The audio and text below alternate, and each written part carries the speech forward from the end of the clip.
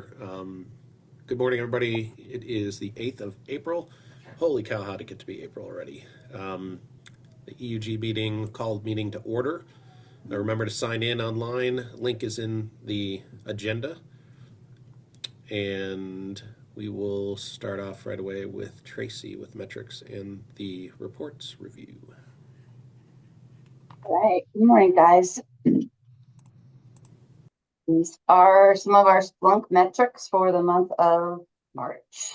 Again, I can't believe it's April, but this first chart here, network performance. This is just the constant ping of the server to make sure things are up and functioning. Nothing really out of sorts here. It's just an ongoing network test, if you will. The second one, we look at the MOS by PSAP. Again, we're looking for voice quality of 4 or better. So while the first one is network, this one is the voice quality. And I don't see anything on the chart that dipped below the 4 range. So we are okay as far as voice goes. The same for the metric chart below. Rather than going by PSAP, we go by the ECMC route. And so again, these are all falling 4 or above what we expect to see. Next chart is our packet loss. This looks at the data by ECMC route. We are looking for less than or equal to 0.5. We had a couple spikes there on April 7th that I have asked our team to look into. They're not seeing anything specific related, issue, incident, anything specific tied to that date, but they do take a look at these when they bounce a little bit out of range. And we'll share with you guys any findings that they come back with. And the last one here is the one that's a little bit different when we look at the chart. This is what we refer to as jitter. Remember that the tariff says less than or equal to 20 milliseconds. When we do our measurements, these are microseconds. And again, if you scroll down just a little bit, we have that one at 4 a.m. I just can't, it doesn't have the date on here. About the same time, right? It did jump up a little bit. So I've asked them to take a look at what may or may not have happened. The first thing they do is just check to see if there was an incident, outage, or maintenance. And that did not come into any play. It's hard to go back and test these, right? Because it's a quick snapshot in time. There's not a lot of historical data where we can go back and look. But they do take a peek and just see if there was an incident or an outage or anything that might have happened on that same date. Any questions for me or follow-ups?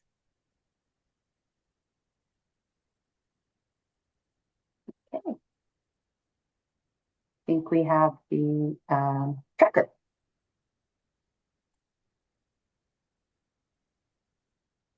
Okay, top one there, line 3. This is for Estes Park. I sent Kimberly an update this morning. There were a couple things here. We put the project on hold to get some additional information. And Kimberly, I will work with you and see, how you'd like to proceed moving forward. I did get a couple updates from my OffNet team this morning. And I expect to get more details from them when we meet again on Monday the 13th. So I have a call with them every Monday and Wednesday. But we on our side are ready to proceed when you are. For Westco, I had an email from Alex right before this meeting started, and I don't believe there's anything additional that needs to be discussed here. I got an update from him, and I'll be putting that on the tracker. But based on that email, there isn't any further discussion that we need to have this morning. I do have an update, however, on the Colorado-New Mexico transfers. We're getting things lined up on the New Mexico side. I know I have reached out specifically to Durango, and there will be other PSAPs. I can't remember if there's 4 or 5 that are bordering PSAPs, but I have talked to Durango, and they are willing to be kind of our first test call, if you will. We're going to be testing some trunks and network equipment on April 14th and 15th. If that all goes well, I'll be reaching directly out to Durango to see if we can do a couple test calls. And if those are successful and working, we're going to leave the live transfer capability with Durango and schedule testing for the rest of the PSAP. So if everything tests out well, like I said, the 14th and the 15th, we should be able to have New Mexico, Colorado transfers before the end of April. Are there any questions on that one?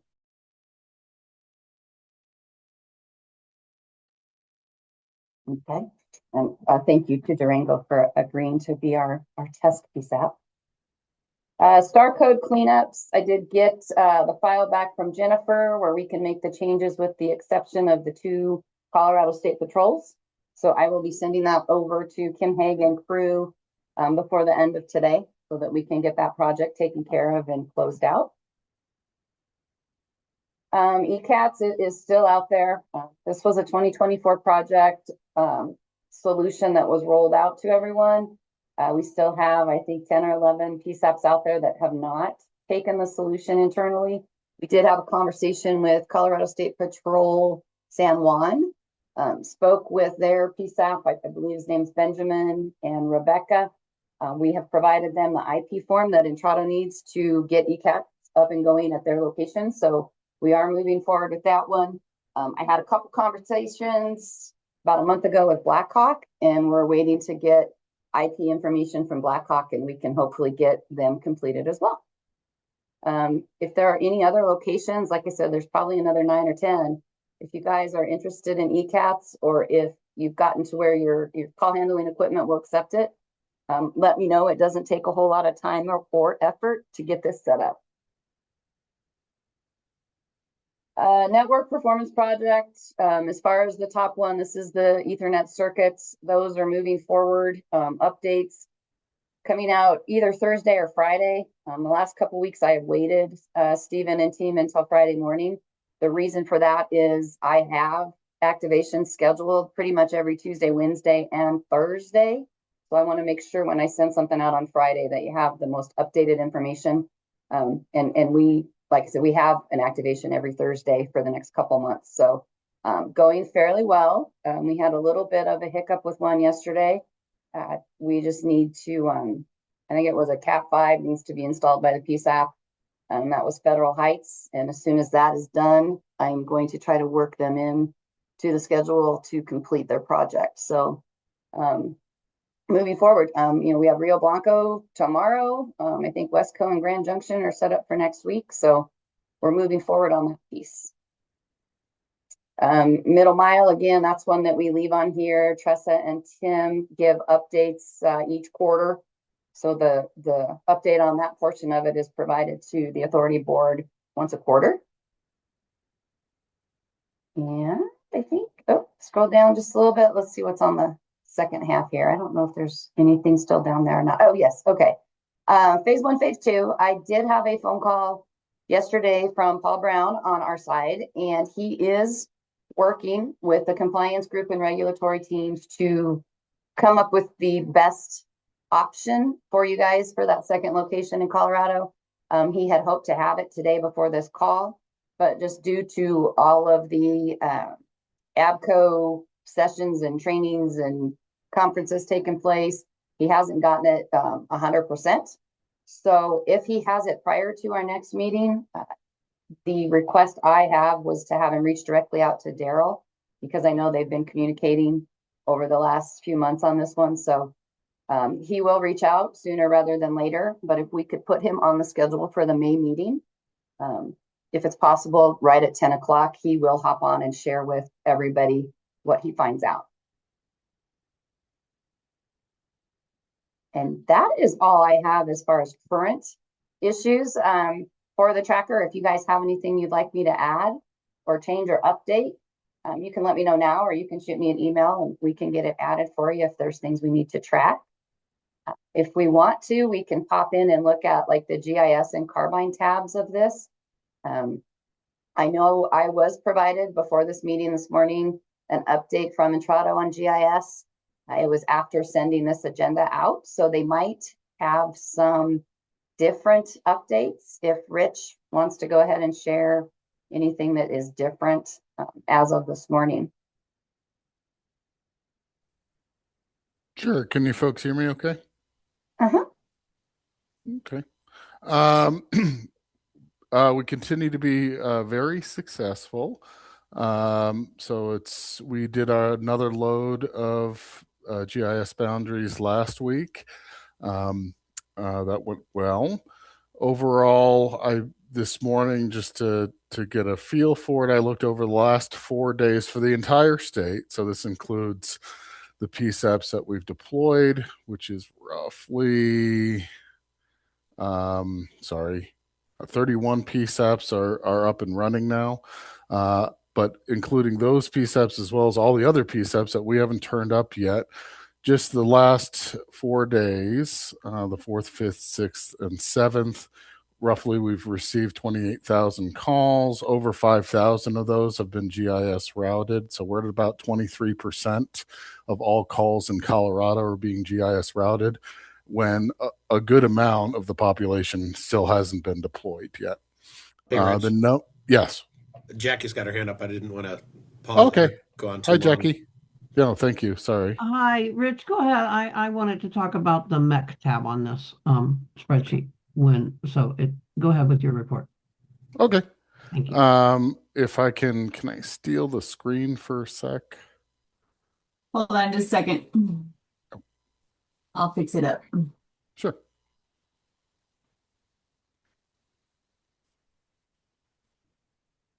All right. So, sorry. Let me steal it here. I'm just trying to. Oh, there it is. I apologize.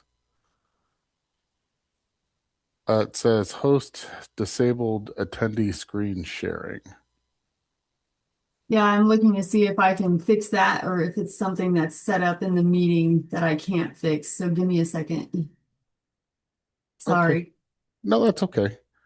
I mean, I can talk through it. I always like to look at pictures, but generally speaking, it looks like we're having a lot of success. So the bigger, more urban areas typically have a higher GIS success rate, just because there's more technologies that assist with acquiring a real-time, quick GIS location. So You things should like, be able to share now, Rich. Sorry. okay, sure. So No, that was terrible timing. I just wasn't sure where to let you know. that's okay. So some of the things like Colorado Springs, for example, Grand Junction are all in the over 80th percentile of GIS success rates. I think I've said it multiple times on this call. Usually I estimate between 60 and 80. And lately we've seen 70 as a 70% as kind of an average. We're doing really well here. So of the ones that are live here, which are the first 35 here, so we're seeing tremendous success rates averaging around 75%. So if you take all these together and the amount of calls all together, we're seeing a tremendous amount of success here. And I just pulled out the top 5 here so we could see this is ECRF routing, which is the GIS routing versus the selective routing. So you could see it's very visible. We're having great success with the ones we've deployed. So we're going to continue down the road of deploying. I think we have a call with Lita this week to kind of go through some things. Douglas is reworking some of their data. We're going to deploy that beginning of May. Let me see here. I think I have the list. Yeah. So here, this is what am I still sharing? Okay. Here's what it looks like for the next round here for beginning of May. But really good results. Just again, to go through it, when we load them, we go through and verify, make sure everything looks okay. Some of the smaller ones, it takes a little bit more time because there's not a lot of calls. But everything from last week has been verified, was verified that day. So we're looking good. We will continuing on. And if anyone has any questions, let me know. Thanks, Rich. Do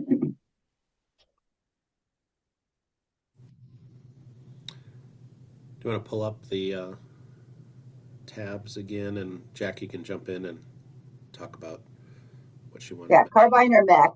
I should have The some people. Vesta mech, Tracy, please. Okay. Let me just take a peek to make sure I have, because I don't work the mech changes, but I see Jeff on, so he might have some updates too. I Okay. tacked them on here for you guys, but they're done by a different group. What are you talking about? Rocky Ford and Lahonta? I am talking about Rocky Ford, Lahunta, Crowley, and then when we talk about not having ECATs, we don't have ECATs because this contract is 16 months old with Rocky Ford, and it's almost a year old with Crowley, if not a year old. And so I know that this is a separate contract with Lumen, but I just want the group to be aware that we have no forward motion, even though we're trying, and I know that we've been communicating with Lumen. However, we still have no forward motion to get a second circuit into Rocky Ford. We have no forward motion to get any circuits into Lahunta. And so I just wanted to bring this up to the group to, that when we bring up each month that, oh, we don't have, not everybody has ECATs. Well, part of it is because Lumen hasn't been able to fulfill their contractual obligations here. And like I said, I just wanted to bring that up because, like I said, I know we're trying, but there's still been no forward motion. And Rocky Ford signed their contract November of 2024. And you guys can do the monthly math on that. I'm just expressing our frustration and disappointment that we still aren't moving forward quickly.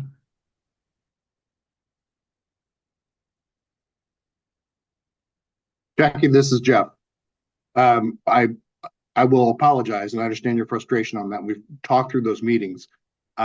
Sharon had been called for jury duty. I believe it was today and tomorrow, so she's not able to join today. But we're going to have to check with Tamika and Sharon to see what the status is. I know they've had some activity. I just don't have an update as far as what that activity is for the other circuit for Rocky Ford as well as Lahuntas. Crowley, I think we're okay, but we will have to reach out to Tamika and Sharon to find out what the status is on those. Okay, thank you. I do know on Crowley, one of your circuits is ready, so we're leaving it with Mel, who is the PM. If she wants to do one of the Ethernets, we can. I know it is some configuration on the second circuit to Crowley. And that's working with Mel, but I try to be part of her conversations. I don't, like I said, or like Jeff said, I don't have Lahunta Rocky Ford.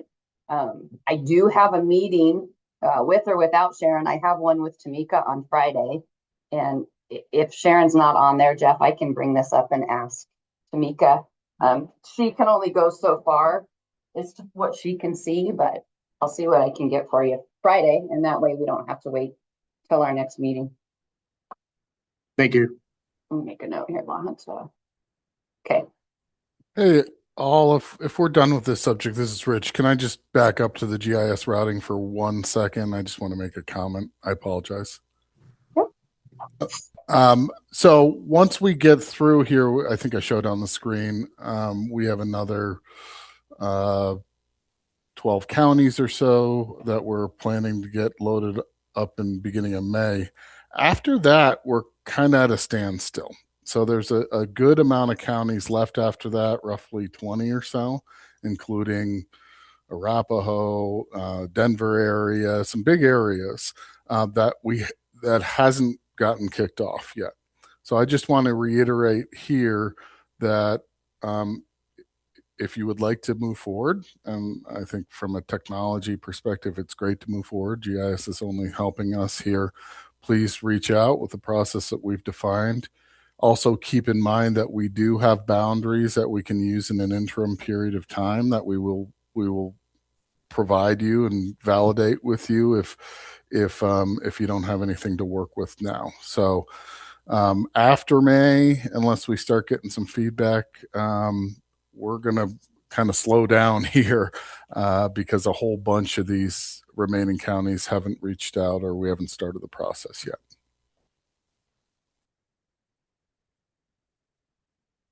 Can I request that the list of counties be sent out, or at the very least sent to the ESInet leadership so that we can do some proactive communication? Sure, Tracy, you should have that on the list. It starts with Arapahoe and goes down to Weld. Again, I think 19 or 20 different areas. I think, Tracy, you can send that out. And it just has the indicator on the status is not started. Well, I think it should be on this GIS tab if you go down. It should be, yeah. I think, Stephen, it's because I send exactly the status from Entrado. So if you go down, the not active means they don't have any data to work with. Well, or we haven't heard from them, or Right. a whole bunch of different things. So again, if we don't have data and the area doesn't want to move forward without their own data, okay. But we do have, as part of that tariff, we included a kind of an interim option to provide interim boundaries, ones that we've built for other solutions like wireless that we can provide, and if those are good, then we could move forward with those. But that needs to be a conversation between Caroline, our GIS representative, and the GIS representative for the county. Connie, we got a couple of hands up here. Connie, go ahead. Hi, can I be added to that list, Tracy? I've been contacting on both GIS projects and helping people understand the difference, and I can help encourage participation if that will work. Absolutely. Stephen, is she on the distribution of this document? Yes. Yes, she should be, because it goes out to the whole EUG. And the same for the one that I send out, or I send to you on Fridays weekly. If she's on that, this is always on there. Yep, that's I re-forward it back out to the EUG group, so it's on there. Connie, let us know if you're not getting those. Appreciate it. Thank you. Absolutely. Kathy? Good morning, everybody. I'm sorry I joined a little bit late. Rich, you said something about Arapahoe. So can you just elaborate on that a little bit so I know which agency or agencies you're looking for? Caroline, are you still on the call? Caroline from Entrado. All I have right now, and I can get you more information after. I have just says multiple PSEPs on the sheet that I have, so I can work with Caroline to identify exactly all the PSEPs, and I can get that out the door for you. Sorry, I don't have that. That's okay. And I'm sorry, but what is this for? I just want to make sure I'm thinking about the right project. So this is for the actual GIS routing project in Colorado. So these are the shapes that we'll establish GIS routing boundaries, so that when a call comes in, and if there is an XY available, which there is roughly 60 to 80% of the time, that we would use that boundary, that GIS boundary, to determine the PSEP we route to. Perfect. Just send that to me. Okay. I'll reach out to our GIS vendor and I will get that to you. I'm sorry if that came to me already and I missed it, so I apologize, but I can get that to you right away. And that is pretty much everybody except Aurora. Aurora is not in the Arapahoe Authority. Okay, and this is Kathy, correct? Yes. Okay, thank you. Yep.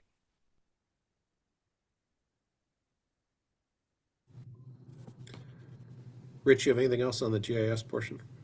I do not. Sorry. Thank you. Thanks for giving me some more time. I think we also skipped over the Carbine tab. Was there anything, Tracy, in there that you wanted to cover? We can look at it real quick. There is one item, just as a reminder, and most of these guys know, right? We're doing conversations that include Carbine and the PSAP. As far as the Westminster Broomfield, I don't know if there's anyone from either location here, but I did get reminded this morning we are waiting for that document to come back that Entrado needs, their due form that gives all of the network information.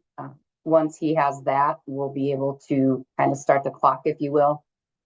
It takes about 30 days once Entrado gets that back before we're ready to do the next step. So just wanted to remind folks. As far as Denver goes, we're getting ready. I need to change this. It's actually scheduled for April 23rd the ORT testing. We hope to get that taken care of.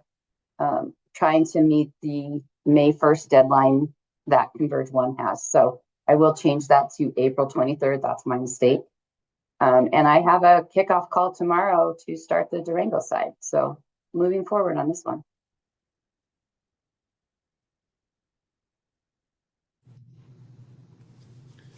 All right, any other questions for Tracy or Rich or anyone else regarding the different tabs we've gone through on the spreadsheet?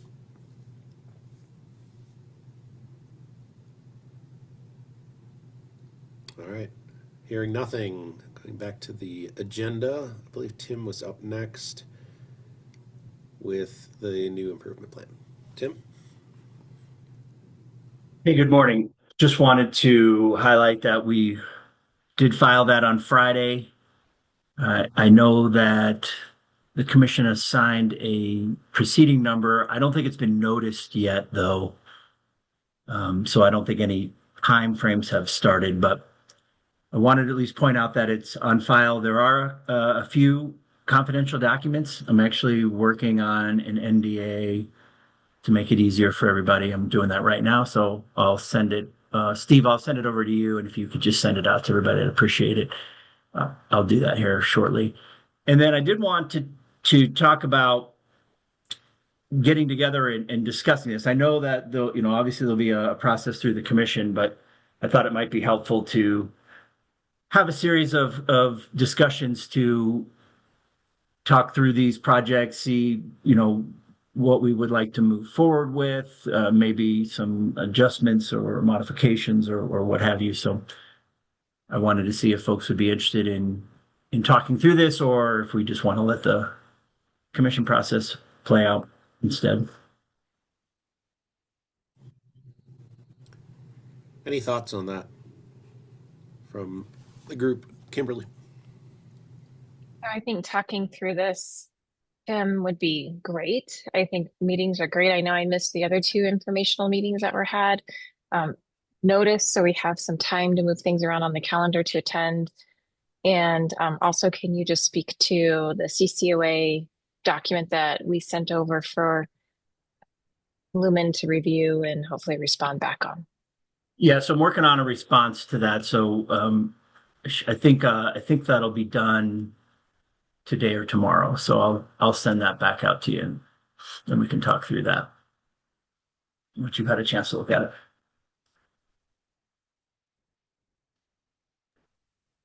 Were you going to go through any of the document that was filed today Not for today. everybody that's on the call? Not the CCOA document, but the improvement plan. Oh, the improvement plan.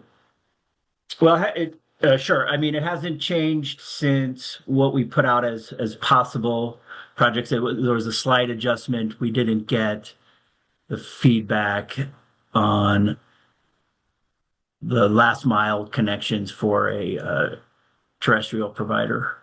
So that was hopefully going to be part of this plan, but that did not make it into the plan. So that was the only thing that changed. So 3 projects on the table are SD-WAN upgrade, and then adding additional last mile diversity through terrestrial connections. So there were a couple of options that we put out there to evaluate. So that's the plan this time, would be those 3 projects.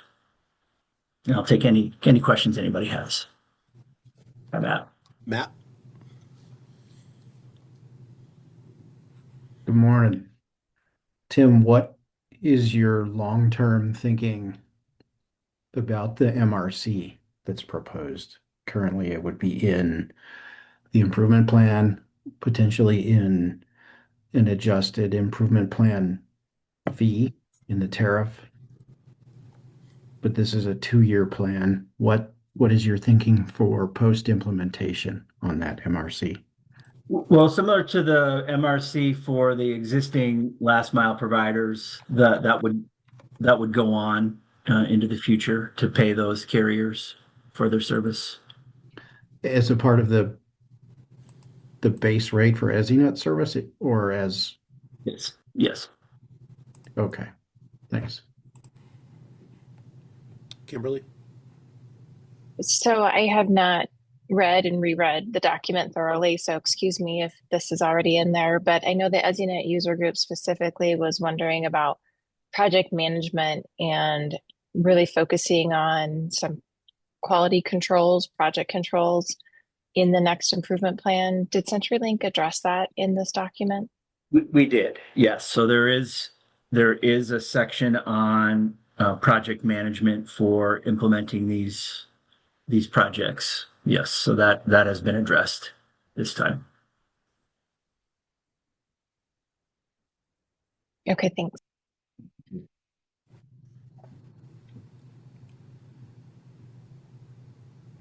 Any more questions for Tim?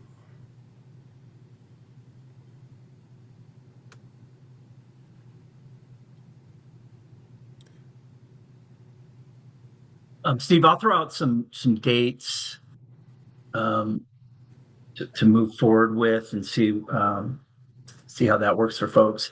I'm thinking maybe,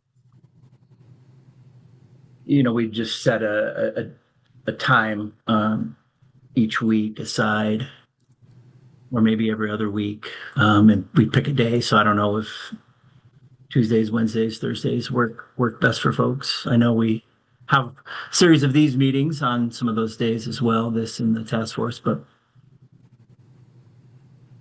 Yeah, Tim, why don't you send a couple? It's throw some obviously ideas out. never perfect for picking a date because everybody's schedules are different. But if you could do a couple, at least two reoccurring meetings of the same content, then people could try to attend one of them.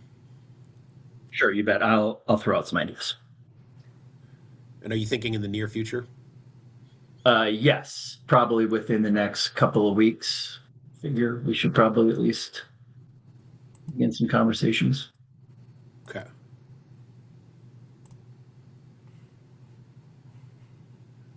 Any other questions, comments, suggestions for Tim?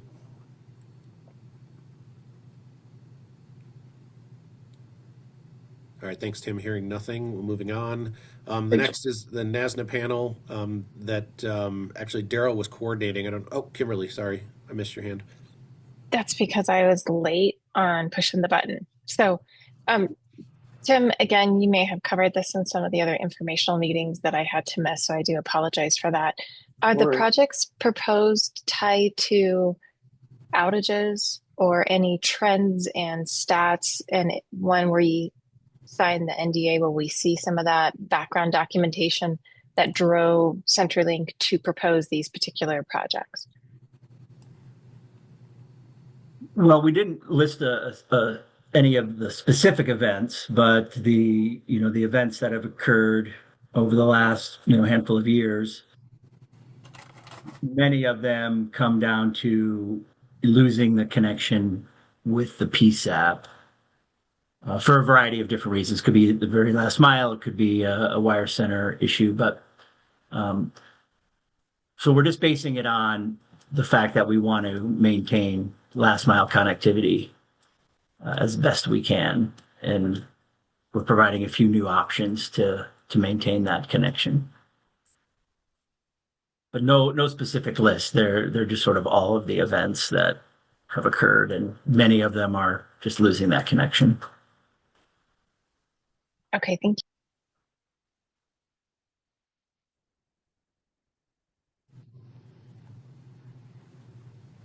All right, any others? Any other questions? The next thing on the agenda was the the continuation for authorities and PSAP representatives only to meet with other members of NASNA as we explore options for the long-term future for 911 for the state of Colorado. Is Daryl on the call if he wants to speak to it, because he's been organizing this one? Daryl jumped off so that Tim could speak freely about the improvement plan. But we do have a good panel of NASNA representatives lined up, and I don't know. I think it'll be recorded and put for later viewing, but I'm not sure. Okay. Thanks, Jennifer. Appreciate that. That's next Tuesday from 10 to noon. If you don't have that on your calendar, if you are a PSAP or an authority representative, holler at me or Jennifer, and we can forward that invite to you. And thanks to Daryl, I know he's not on the call, for organizing part 2 of this exciting series. Any questions on that? All right, we're moving through. We're going to give you some time back if there isn't a lot of discussion here. Any public comment?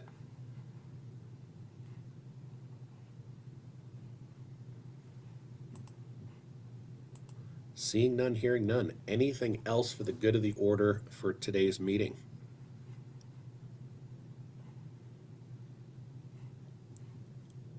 Hey, Steve, this is Jennifer. Oh, I'm Yes. sorry. Kimberly actually raised her hand, so I defer to her. I'm trying to use my manners today.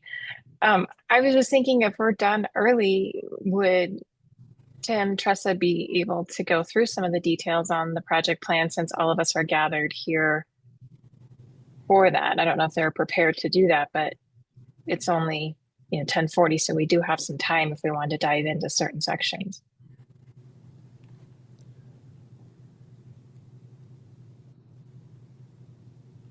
I don't have anything specific, but we certainly could talk more about it. Tim, that's going to be your call if you needed prep time for what you wanted to do on pre-scheduled meetings, or if you can freelance and make something happen today, since you do have everybody's attention and attendance.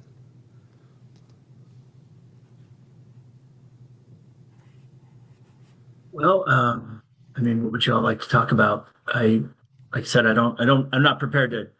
I mean, we can walk through the document, but I don't know that I have any of the experts on to get into any of the nitty gritty on the SD-WAN solution.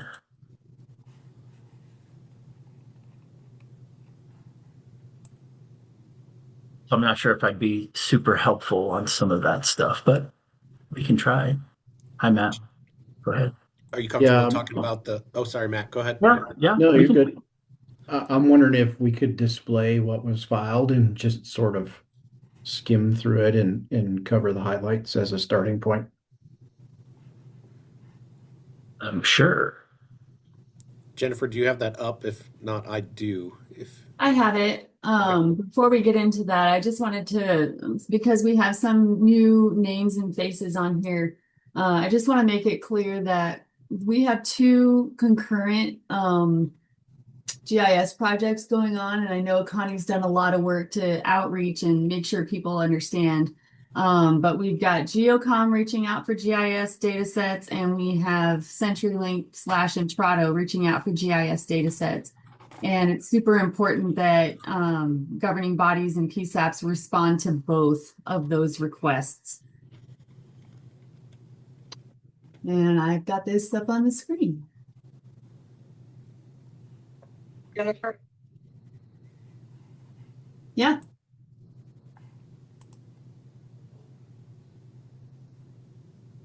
Did someone call my name?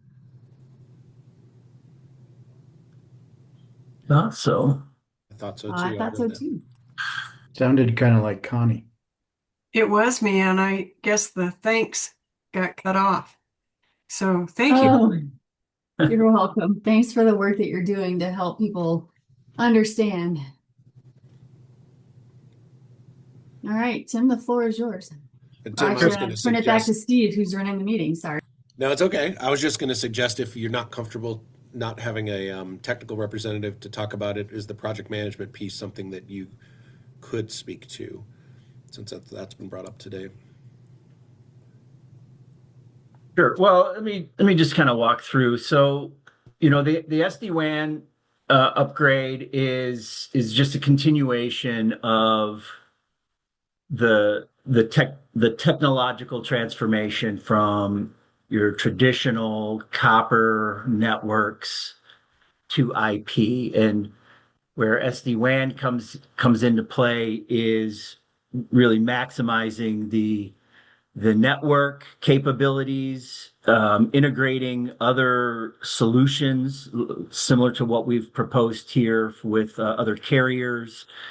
So it is really just continuing to build off of the Ethernet upgrade that is ongoing right now, and just continuing to move towards the i3 solution. And so SD-WAN is just the next logical step in that transformation of the network. And then it has a lot of different features and functionality with, again, not only network configuration and the use of the underlying facilities and ensuring calls go, but it adds some layers of security and things like that too. So it's just the next iteration of this technological change. So Tim, you got a hand up. oh, go Matt? ahead, Matt. Hi, Tim. Would you say that adding SD-WAN is key to using the items proposed in numbers 2 and 3 below? Yes, and with the third parties that we're incorporating right now as well. So that'll improve the utilization of that network infrastructure as well. When you say third parties, you mean terrestrial links? Correct. Yes. Okay, thanks.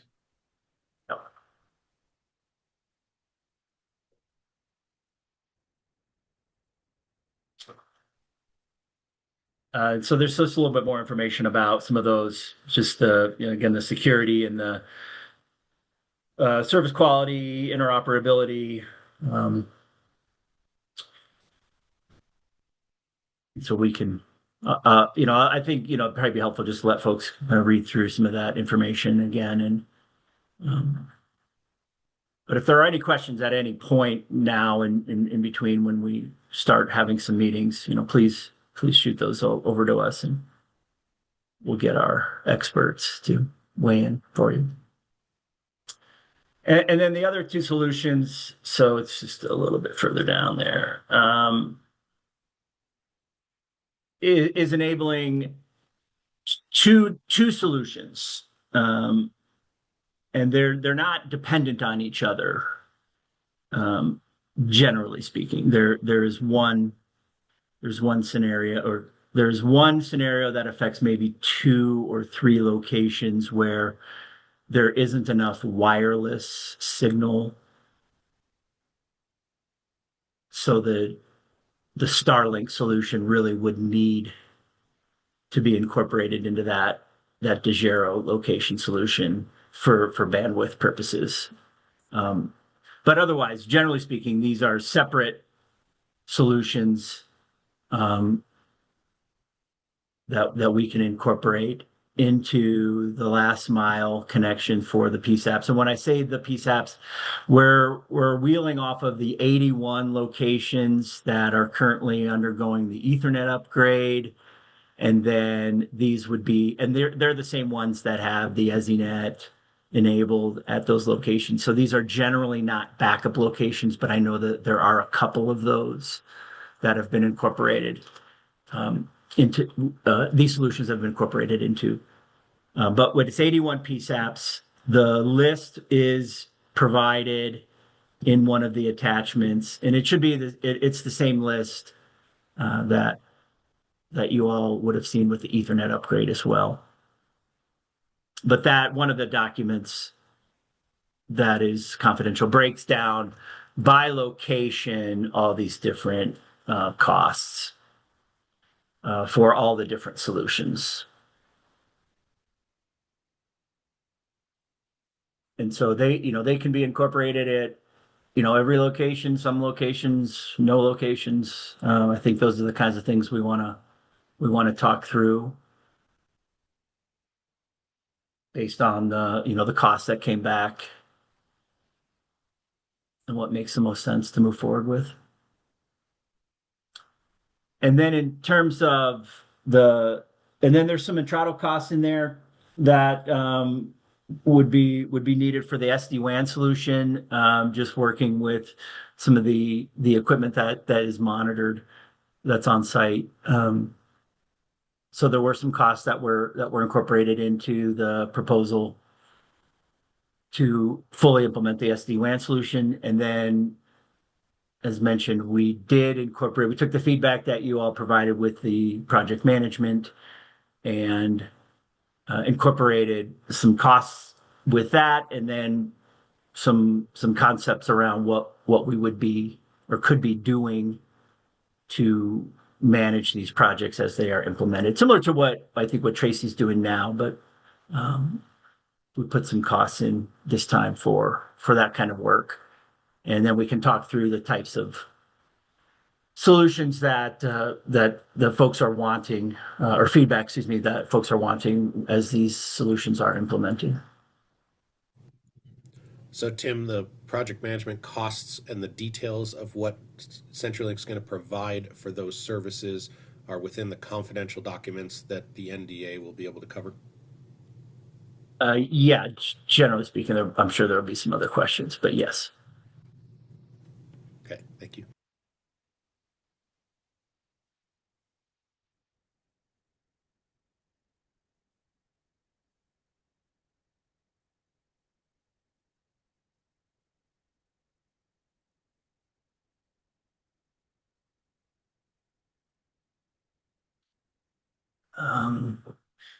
And I know that last time we did have the recurring costs, and those were much lower than what we've proposed here. The reason being, we were able to incorporate some existing costs that we have already in place for those physical last mile connections.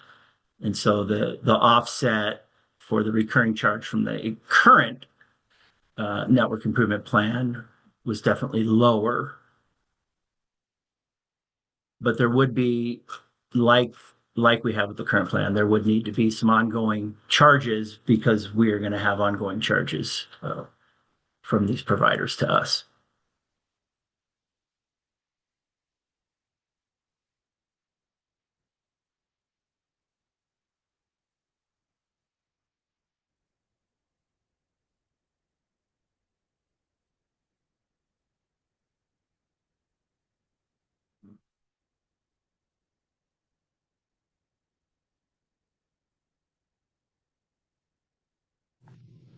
I don't think there's much more in there.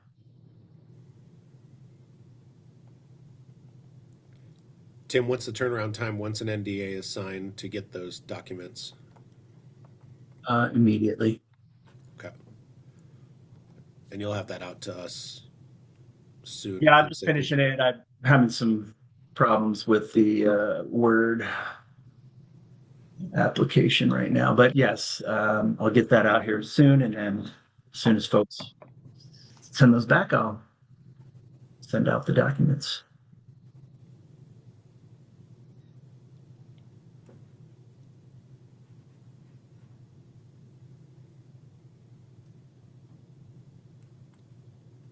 Anything else you want to cover, Tim, on this? I don't think so, unless, again, there's just some questions that I'd be happy to try and answer.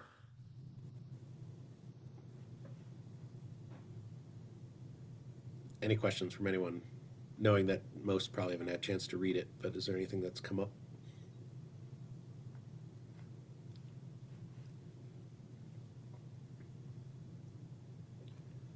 Well, hearing none, we will look forward to the NDA so we can get all the full documents, read them, digest them, and then attend one of a couple, work sessions, whatever you want to call them, that CenturyLink will host. I assume, Tim, CenturyLink will host that, meaning you'll create the meeting link and send it out like you did with the other.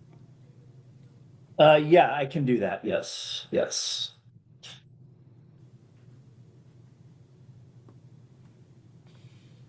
All right.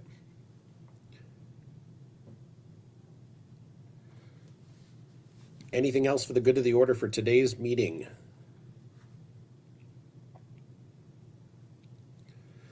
right, everybody do a rain dance or a snow dance. We need that moisture out there. Hope everybody has a great week, and we'll see you in the short term. Happy Telecommunicator Week, everybody. Yeah. Thanks, everybody. Have a good week.